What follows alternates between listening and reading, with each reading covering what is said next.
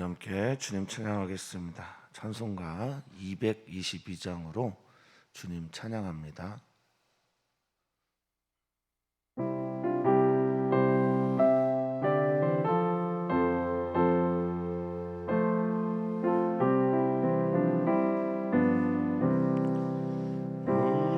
우리 다시 만날 때까지 하나님이 함께 계셔 은혜로서 인도하여 도와주시기를 바라네. 다시 만날 때 예수 앞에 만날 때 다시 만날 때 그때까지 계신 바라네. 우리 다시 만날 때까지 하나님이 함께 계셔 간 데마다 보아며 양식 주시기를 바라. 다시 만날 때 예수 앞에 만날 때 다시 만날 때 그때까지 계신 바라네. 우리 다시 만날 때까지 하나님이 함께 계셔 위태한 일면케어 아멘 품어주시기를 바라. 다시 만날 때 예수 앞에 만날 때 다시 만날 때 그때까지 계신 바라네. 우리 다시 만날 때까지 하나님이 함께 계셔 사망 권세 이기도록 지켜주시기를 바라네. 다시 만날 때 예수 앞에 만날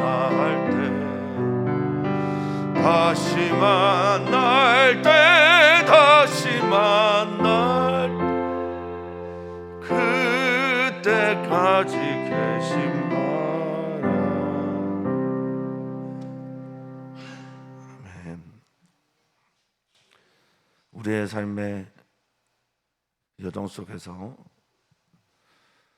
만난 사람은 헤어지게 되고 또 헤어진 사람은 만나게 되는 게 우리의 인생 여정인데 그 속에서 서로가 서로에게 사랑만 남기고 살아가는 그런 인생이 되기를 간절히 소망합니다. 고린도전서를 이제 마무리하면서 바울 사도가 고린도 교회에 부탁하고 당부했던 그 말들처럼 우리의 삶의 여정이 또 만나는 매일의 사람들과 관계 속에서 하나님께서 당신과 함께합니다 라는 귀한 메시지가 그들 인생에 남도록 살아내는 우리 모두가 되게 해 주시옵소서. 오늘 주님의 말씀 앞에 섭니다. 은혜의 시간이 될 것을 믿고 감사하며 사랑 많으신 예수님의 이름으로 기도하옵나이다. 아멘.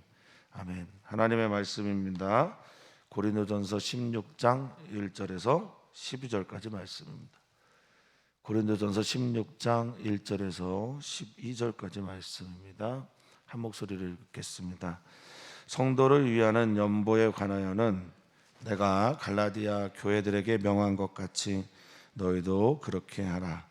매주 첫날에 너희 각 사람이 수입에 따라 모아두어서 내가 갈 때 연보를 하지 않게 하라.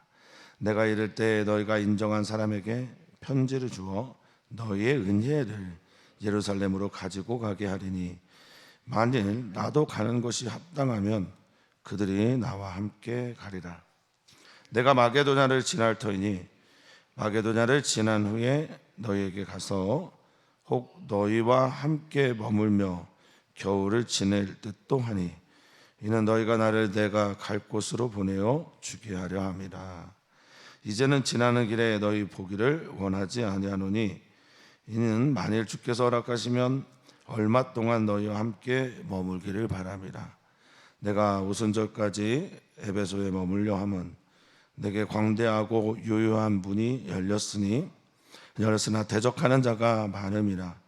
디모데가 이르거든 너희는 조심하여 그로 두려움이 없이 너희 가운데 있게 하라. 이는 그도 나와 같이 주의 일을 힘쓰는 자임이라. 그러므로 누구든지 그를 멸시하지 말고 평안히 보내어 내게로 오게 하라. 나는 그가 형제들과 함께 오기를 기다리노라. 형제 아볼로에 대하여는 그에게 형제들과 함께 너희에게 가라고 내가 많이 권하였으되 지금은 갈 뜻이 전혀 없으나 기회가 있으면 가리라. 아멘. 아멘. 고린도 전서를 이제 마무리하게 되는데요. 고린도 전서 편지를 보낸 바울 사도는 이제 그의 마무리 12장에서부터 14장까지는 교회는 예수 그리스도의 몸이다라는 것과 또 교회에서 믿고 따르고 또 흔들리지 않고 쫓아야 될 것이 바로 부활이다라는 말씀을 드린 후에 이제 마무리를 하면서 연보에 대한 이야기를 합니다. 1절에 보니까 성도를 위하는 연보에 관하여 이렇게 말을 하고 있어요. 교회가 부활 생명으로 사는 교회가 말이죠. 예수 그리스도의 몸된 교회가 무엇을 하며 살아야 되는지를 말하고 있는 건 아닌지 그렇게 고린도 교회에 마무리를 하고 있음을 보여주고 있습니다. 마스크를 좀 벗었습니다. 죄송합니다. 근데 계속 벗을 예정이라서 벗을 겁니다. 새벽에 제가 좀 잔잔하게 말하는데 유튜브로 그렇게 안 들린다고 말씀들을 많이 하셔서 벗고 말하면 조금 잘 들릴까 해서요. 네. 자, 연보에 대한 얘기를 잠깐 나누겠습니다. 1절에 보면 연보가 있는데요. 연보는 헬라어로는 로게이아라는 말입니다. 로게이아라는 말은 모금, 수금 또 이럴 때 쓰는 말이기도 하고요. 또 모금과 수금이 어떤 통상적인 것이 아니라 특정한 일에 관해서 모금을 할 때 쓰는 말이기도 합니다. 근데 이게 의무적으로 하는 것이다 라는 말씀들도 있으나 대부분은 하나님께서 주신 카리스, 은혜에 대한 나의 봉사, 그리고 하나님께서 내게 주신 이 말과 함께 은혜와 함께 나누는 축복의 통로로서의 의미다라고 그렇게 이해들을 하고 있죠. 사랑하는 성도님들이 하고 있는 헌금이 누군가를 살리는 연보입니다. 이 연보를 이제 부탁하면서 이 연보에 대한 이야기를 하고 있어요. 교회가 마땅히 걸어가야 될 길, 그것은 누군가를 돕는 것. 아브라함에게 하나님 약속하셨어요. 복을 주시면서 너는 천하만국, 너 때문에 복을 받을 거다. 너는 복의 근원이다 라고 말씀하고 있습니다. 교회가 복의 근원이 되었으면 좋겠습니다.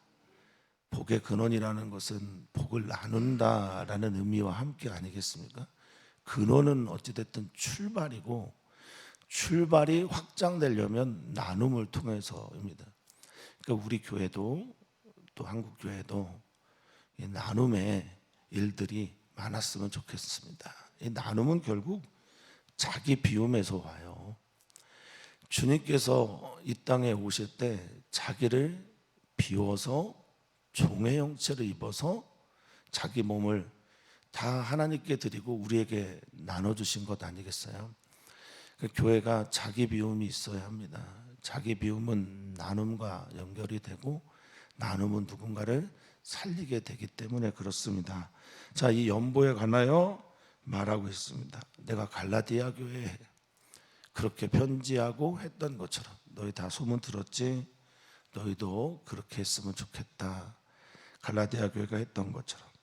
그리고 이 매주 첫날, 이 매주 첫날이 이 초대교회에 보면 주일에 모여서 예배를 했습니다. 모임을 했어요. 안식 후 첫날. 그것에 대한 증거가 되는 말씀이 여기 있는 겁니다. 매 주일의 첫째 날. 이게 일요일 주일이거든요. 왜 그날 했을까? 그날 예수님이 부활하셨고 그날 부활하신 예수님을 우리가 만났고, 그래서 주일의 예배는 언제나 부활주일이 돼야 됩니다. 부활하신 주님을 기억하면서, 오늘 좀 찬양이 좀 생뚱맞았다라고 생각할 수도 있겠으나 보통 이 찬양은 예배 끝나고 헤어질 때 하는 찬양이잖아요. 근데 부활한 첫날 주님의 부활이 나의 부활이 된 사람들이 모여서 그렇게 이런 류의 찬양을 불렀습니다. 헤어질 때도 만날 때도 하나님이 우리와 함께 하셨으니 당신도 살아있고 나도 살아있습니다. 초대교회는 피해와 또 압박과 압제와 고난의 시대였으니까요. 그때 다시 만난다라는 게 얼마나 큰 은혜와 영광인지 모르는 거예요. 마치 부활한 주님이 우리와 함께 있어서 그렇게 사는 것처럼. 매주 첫날 그들은 주일 예배를 드렸고, 주일 예배를 드릴 때 너희 수입에 따라 이렇게 말을 하고 있습니다. 여기서 이 수입은 유오도라는 말인데요. 유오도라는 말은 수입 얻다 이것도 있는데 더 많이 쓰인 게 뭐냐면 잘 됐다. 너희가 잘 된 것. 그러니까 여기서 수입은 너희가 하나님의 은혜로 잘 번 만큼. 우리 성도님들이 정말 잘 되셨으면 좋겠어요. 이걸 이제 수입으로 표현한 겁니다. 근데 잘 되는 것은 하나님께서 은혜를 주셔야 잘 되잖아요. 내가 잘 되지 않아도 잘 되고 있구나라고 믿는 분들이 더 복된 분이긴 한데, 어쨌든 여기서 수입은 유오도라는 말을 써서 잘 되다, 좋은 길을 만나다, 이런 은혜를 경험한 사람들이 뭘 하는 거냐? 헌금하는 겁니다. 그러니까 헌금이라는 건 내 수입이 양이 많아서 드리는 게 아니에요. 내 수입의 의미를 발견한 사람들이 드리는 게 헌금이라고 저는 믿어요. 하나님 살아계셔서 내게 주셨구나. 하나님이 내게 은혜 베풀어 주셨구나. 하나님 때문에 내가 이렇게 사는구나. 우리 교회도 그랬으면 좋겠고, 우리 교회 나눔도 연보도 그랬으면 좋겠습니다. 그것이 하나님께서 기뻐하시는 거를 늘 믿고 사는 우리 교회 또 우리 성도님들 되시기를 축복합니다. 자, 따로 모아두어서 이것을 계속 너희가 이제 수입을 따라 잘 되는 만큼 헌금을 모아서 내가 갈 때는 연보, 여기서 연보는 아까 말씀드린 로게이아에 담겨져 있는 뜻, 갑자기 특정한 일에 모금하는 걸 말하잖아요.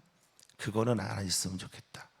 그러니까 주일마다 모여서 너희가 구제헌금을 하고 그 구제헌금을 통해서 내가 이 연보의 일들을 무슨 일인지는 자세히 소개되고 있지 않으나 당시의 교회들은요 서로를 돕는 일에 굉장히 익숙했습니다.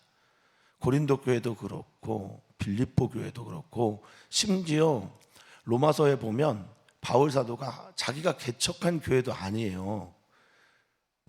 그리고 이제 곧 갈 교회인데도 거기에다가도 15장에 연보를 요청해요.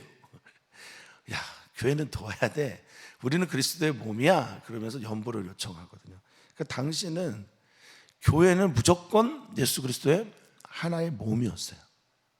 이걸 잊지 않았습니다. 그러니까 나만 잘 되는 것, 우리 교회만 부흥하는 것, 이런 개념은 그들에게 없었어요. 없었어야 됐고 또 지금도 없어야 합니다. 그래서 만약에 우리 교회는 부흥하는데 우리 주변에 있는 우리가 섬겨야 되는 교회들이 같이 부흥하지 않는다, 그러면 성경대로라면 부끄러운 일입니다. 자, 이 연보가 말이죠, 누군가를 돕기 위한, 또 교회를 돕기 위한 모금이라면, 사랑하는 성도님들, 정말 진짜 해야 될 연보, 우리가 해야 될 연보 중에 연보가 무엇일까 생각해 보면 물질만은 아닐 거예요. 우리의 기도도요, 충분히 연보가 될 수 있습니다. 그리고 정말 힘든 교회, 어려운 교회를 위해 국내 선교사, 그 교회를 섬길 수 있는 선교사들을 파송하는 것도 연보일 수가 있겠어요.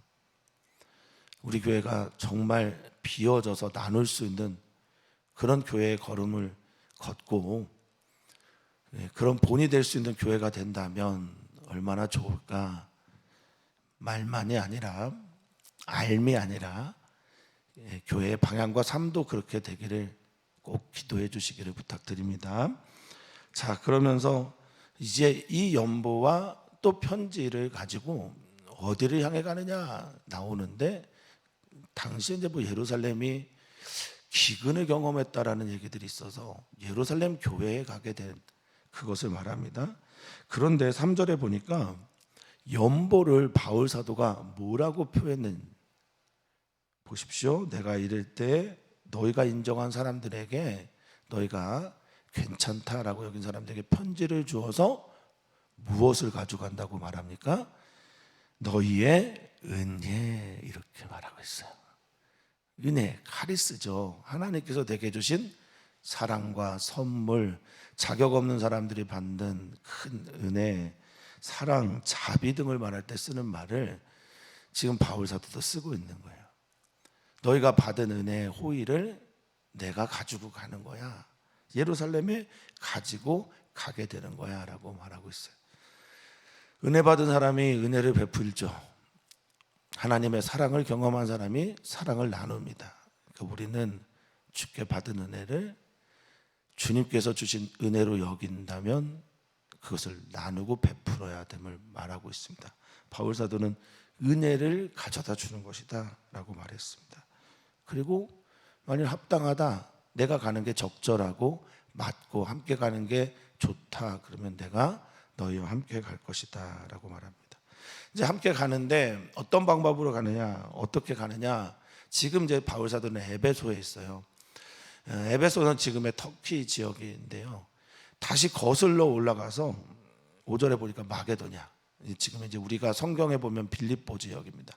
빌립보서가 나와 있는 빌립보 교회가 있는 마게도냐를 통해서, 갈라디아를 통해서 다시 이렇게 거꾸로 가는 거예요. 마게도냐를 지난 후에 너희와 함께 겨울을 좀 머물고 보냈으면 좋겠다, 이렇게 말하고 있습니다. 그리고 바울 사도가, 저는 이런 참 뻔뻔한 게 보이는 것 같은 이런 거 잘 못하거든요.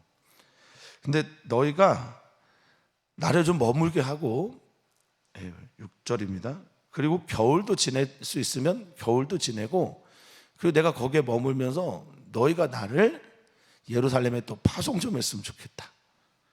너희가 나를 내가 갈 곳으로 보내주었으면 좋겠다. 프로펜포라고 하는 보내다라는 말이 이제 파송하다라고 할 때 주로 쓰는 말인데요, 그렇게 했으면 좋겠다, 이렇게 편지를 보냅니다. 당당하고 좋아요. 저는 언제쯤 이렇게 저의 누군가를 향한 사랑과 호의, 또 나눔과 베품 앞에서 제가 이제 선교사들한테 그러는 거죠. 선교사한테 편지를 보내면서 나 저기 예루살렘에 잠깐 갈 거야. 나 좀 재워줘. 근데 잠깐 아니고 몇 달 잘 거야. 그리고 나 갈 때 노잣돈도 좀 챙겨줘. 제가 이렇게 할 수 있을까요? 무엇일까? 바울 사도가 얼마나 그들을 사랑하고, 또 바울 사도 안에 고린도 교회가 나를 이렇게 환대할 거다, 나를 이렇게 받아줄 거다라는 믿음이 있었던가 봐요. 이거 참 멋지지 않습니까? 자, 어떤 선교사가 예원교회를 생각합니다. 그리고 들어옵니다. 예원교회, 그렇지, 한국엔 예원교회가 있잖아. 내가 거기서 겨울도 머물 수 있고, 또 거기서 여름도 머물 수 있고, 거기에 있으면 내가 평안하잖아. 그들은 나를 환대해 줄 거야. 그 교회는 나를 환영해 줄 거야. 그 교회는 나를 품어줄 거야. 이런 교회가 된다면 정말 영광스럽지 않겠습니까? 그런 교회 꿈꿨으면 좋겠고, 사역자들이 또 선교사들이 교회를 생각할 때 예운교회를 바라보는 시각이 어쩌면 이렇게 편하게 말할 수 있는 그런 교시였으면 좋겠다 싶기도 합니다. 자, 그러면서 사도 바울은 이제 내가 갈 건데 마게도냐와 그리고 마게도냐를 거쳐서 고린도 교회 갈 텐데 말을 하고 있어요. 나 잠깐 보는 건 원치 않아. 지나는 길에 너희 보기를 원하지 아니하노니 이렇게 돼 있는데 7절에 지나는 길이라고 하는 이 말이 파로도스라는 말이에요. 우리가 이제 비행기 타고 가면 왜 경유 이러잖아요.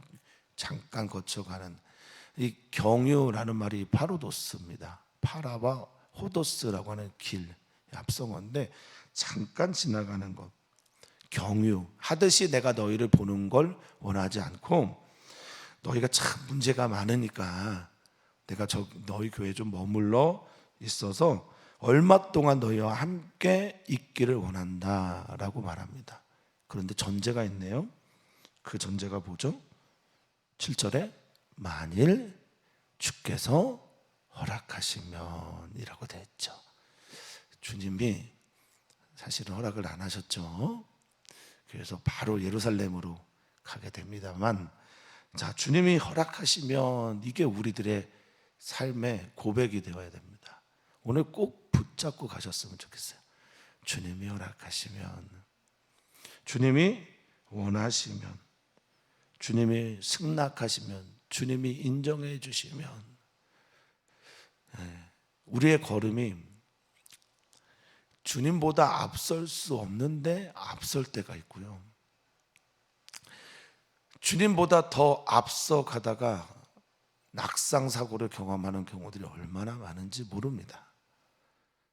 주님은 우리의 앞을 보는 분이니까 주님보다 앞서는 그런 삶이 아닌 주님과 함께이거나 주님의 뒤를 따라가는 그런 삶이 되시기를 축복합니다. 급하지 않았으면 좋겠어요.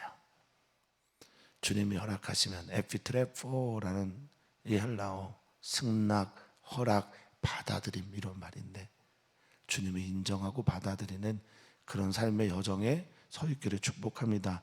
이게 순례죠. 주님 허락하시면 주님과 함께 주님 뜻을 따라 주님의 바람이 나의 바람이 되는 삶, 그런 삶 살기를 축복합니다.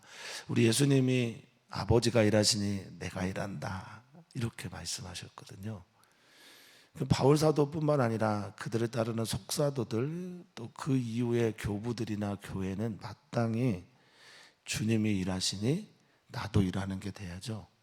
내가 일하니 주님 따라오십시오, 이건 아닙니다. 자, 그러면서 이 고린도 교회에 편지를 보내고 있는 곳이 에베소예요. 3차 전도에. 그래서 내가 에베소에 조금 머물러 있을 거야, 오순절까지 머물러 있을 거야 라고 말하는데, 자신의 계획을 오픈하는데 에베소에서 참 좋은 일이 많았어. 그것은 이렇게 말합니다. 9절에 내게 광대하고 유효한 문 이렇게 말하고 있는데, 이게 열렸다 이렇게 표현하고 있어요. 이 유효하다라고 하는 에네르게스라고 하는 헬라어는 효과가 생겼다, 활동이 일어났다, 좋은 일이 발생했다. 그러니까 에베소가 얼마나 중요한 도시인지는 다 알고 있어요. 모든 소아시아, 즉 지금의 이제 터키 지역으로 통하는 모든 길은 에베소로부터다라는 그런 표현이 있을 정도로 에베소가 중요한 곳인데, 여기서 복음의 사역이 열매를 맺는 거예요. 광대해졌고 유효했습니다. 그 문이 뒤라라고 하는 헬라어는 기회도 되고요, 시간도 되고, 그리고 문도 됩니다. 그러니까 그 문이 활짝 열려서 너무 감사한데, 우리가 지금 금요 차례 때부터, 금요 차례 때마다 사도행전 읽고 있는데, 거기 이제 19장 23절부터 41절까지 데메드리오를 향한 그가 일으킨 폭동 때문에 에베소에서 더 머물러야 되는지 아니면 떠나야 될지 가늠할 수 없어요. 문이 열려 있는데 대적하는 자가 또 많아진 거예요. 반대하는 자가 많아진 겁니다. 대항하는 자가 많은 겁니다. 그러니까 복음이 화라산같이 타오르고 있는 곳에는 그것에 찬물을 끼얹으라고 하는 사단의 역사와 또 정사, 권세들의 역사도 반드시 있게 되는 겁니다. 그러니까 바울 사도가 그것 때문에 에베소에서 조금 더 머물러 있을 것이다. 이걸 해결하려고. 혹은 이것 때문에 조금 더 빨리 갈 수도 있겠다라고 이게 말을 하고 있는 겁니다. 그래서 내가 직접 가서 고린도에 너희 급한 문제를 풀어줘야 되는데 그러지 못했고 대신에 10절에 디모데를 보낸다. 너희 편지에 이 고린도 교회를 향해 보내는 편지에 디모데가 갈 거야 라고 말하고 있습니다. 그래서 디모데가 잠시 동안 고린도 교회 목회를 하게 된 거예요. 자, 디모데가 이르거든 너희는 조심하랍니다. 10절에. 아니 사역자가 오는데 뭘 조심해요. 근데 그 표현이 아니겠죠. 블랙포라고 하는 헬라어인데 블랙포라는 단어는 기본적으로 이제 보다예요. 보다. 근데 보다 하니까 주의하다라는 뜻이 여기서 나오거든요. 그러니까 너희는 주의했으면 좋겠다. 그리고 디모데가 얼마나 연약하고 연소하고 또 겸손한지 그 디모데가 두려움이 없었으면 좋겠다. 이제 우리나라도 이제 신학대를 졸업하고 보통 이제 전도사님이 되는데 예전에는 더 일찍 됐죠. 근데 전도사님이나 대학원을 마치고 전도사를 하게 되면 30대가 채 안 될 때가 많아요. 어떻습니까? 30대가 채 안 되면 아직 미성숙할 때가 많고 결혼도 아직 안 하셨을 가능성이 높고 그리고 지식이나 뭐 지혜나 경험이 일천하잖아요. 저는 그렇게 어느 교회 가서 목회를 하거나 사역자가 되는 것에 대한 두려움이 있었어요. 교회마다 설교를 어떻게 하지? 설교뿐만 아니라 관계를 어떻게 맺지? 내가 어떻게 저분을 축복하지? 뭐 등등 두려움이 이루 말할 수가 없었습니다. 지금도 20대 때는 그랬어요. 30대 되면 좀 괜찮아지려나? 30대, 40대 지나서 40대 되면 내가 좀 성도님들 대하는 게 편할까? 아니더라고요. 지금은 어떠실 것 같아요? 언제 은퇴하느냐만 바라보고 있지 않습니까? 제가 여전한 두려움이 우리 안에 있어요. 사역자들. 근데 너희가 좀 주의했으면 좋겠고 잘 살폈으면 좋겠고 그를 사역자로 좀 주밀하게 세밀하게 대했으면 좋겠다라는 말을 하고 있는 거죠. 우리 성도님들이 부목사님들을 대하시는 태도 자세 제가 많이 도전받고 은혜도 받습니다. 우리 교회에서 청년회 때부터 있었던 이재우 목사님은 청년회 때는 형제님이 뭐예요? 야지. 그랬다가 전도사님 됐는데 전도사로 존중해주고 목사 안수 받고 나가는 동안 우리 성도님들이 이재은 목사님에 대해서 얼마나 존중하고 사랑으로 대했는지 저도 알고 이재은 목사님도 알 겁니다. 어린 사람들, 어린 사역자는 교회에서 잘 성장시켜야 합니다. 훈련시키고 키워야 합니다. 그래서 그가 선대하고 선대함을 받은 후에 형제들과 함께 내게 왔으면 좋겠다라고 말을 하고 있어요. 이 또한 고린도 교회를 신뢰하고 있는 거죠. 문제투성이의 교회지만 고린도 교회가 사역자를 잘 받들고 섬기고 주밀하게 주의 깊게 모실 것을 아는 거죠. 이어서 말합니다. 그러므로 이 사역자가 나와 같이 일을 하는 사람이다. 하나님의 일을 하고 주님의 일에 힘쓰는 자다라고 말하면서 너희는 그를 잘 섬겼으면 좋겠다라고 말하고 있습니다. 어제 사무엘상 설교를 하셨던 이제 전효수 목사님 수요 선교회에 보면 사울 왕이 이제 처음 왕이 될 때 무서워서 뒤로 숨거든요. 근데 그를 따르는 사람들은 하나님의 영에 감동된 사람이에요. 처음에 사울 왕은 괜찮았잖아요, 그렇죠? 근데 그를 따르는 사람들에 대한 표현을 하나님의 감동으로 하나님의 감동받은 사람들은 그를 따른다라고 말을 했고 하나님의 뜻을 살피지 못한 사람들은 야, 저 인간이 무슨 구원을 하냐라고 하면서 하나님이 하셨던 일들에 대해서 동의하지 않고, 그리고 인간 구원, 인간이 무엇을 하냐라고 하면서 조롱하면서 마치 자기가 굉장히 신앙이 좋은 사람처럼 행동을 합니다. 그러니까 디모데가 가서 사역을 할 때 제가 뭘 알아? 제가 성경을 아냐? 뭘 할 줄 아냐? 이렇게 받아들이는 사람들이 분명히 있을 거고, 또 반대쪽에는 하나님의 영이 감동이 되어서 하나님의 사람이군요, 하나님의 사역자군요 라고 겸손하게 받아들이는 분들도 있을 거라는 겁니다. 그러므로 누구든지, 여기 누구든지가 우리는 누구든지로 번역이 되어 있는데 아노테리코스라고 하는 헬라어를 번역한 말이에요.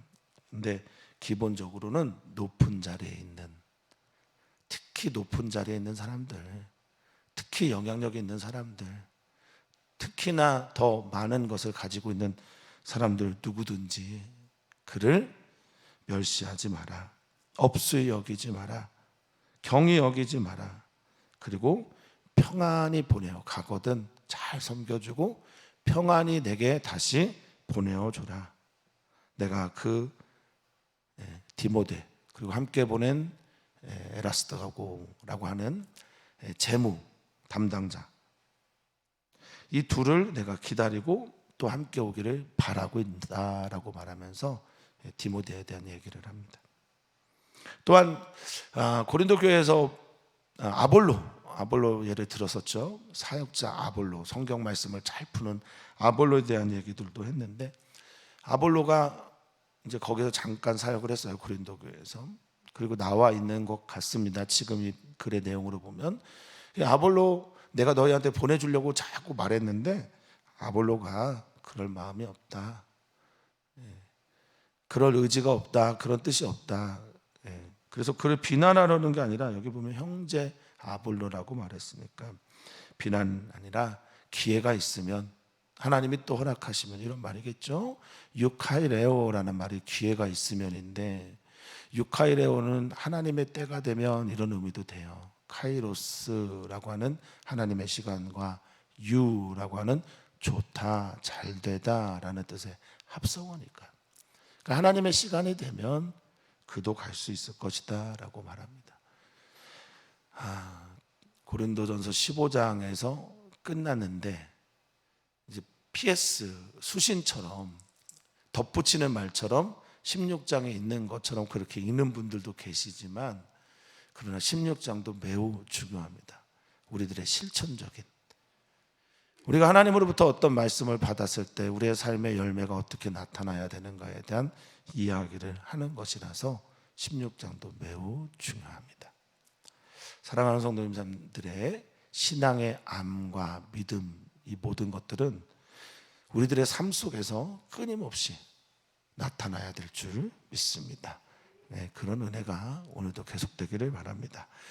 말씀을 정리하면서 연보에 대한 이야기, 그리고 고린도 교회를 바라보는 사도 바울의 시각에 대한 이야기, 그런 후에 우리의 사역자, 저도 성도님들을 귀하게 대해야 되겠지만 우리 성도님들이 사역자를 귀하게 대해 주셨으면 좋겠습니다.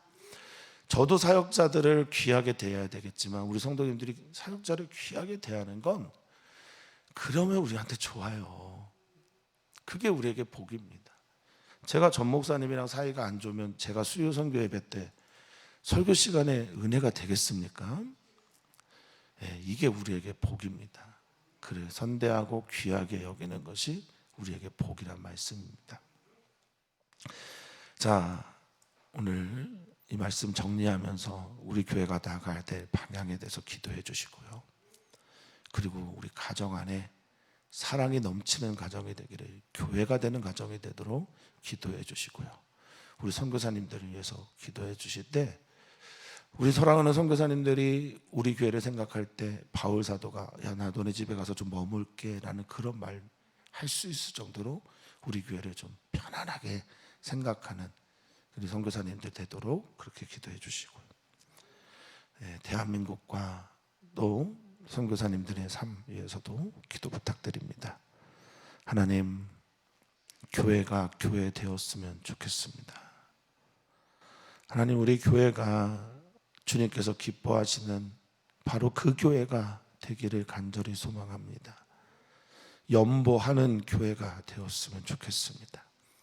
물질만이 아니라 기도, 또 기도를 넘어서서 정말 귀하고 아름다운 사람들을 다른 교회에 파송할 수 있을 때까지 끝까지 주님께서 원하시는 그 일들을 행하는 우리 교회가 되게 해 주시옵소서. 지혜를 더하시고 하나님의 영을 더하여 주시고, 그리고 우리가 풍성해야, 주님께 받은 은혜가 내게 충만해야 이 일을 감당할 수 있으니 은혜를 흘려보내는 주님의 교회가 되게 해 주시옵소서. 감사함 예수님의 이름으로 기도합나이다. 아멘.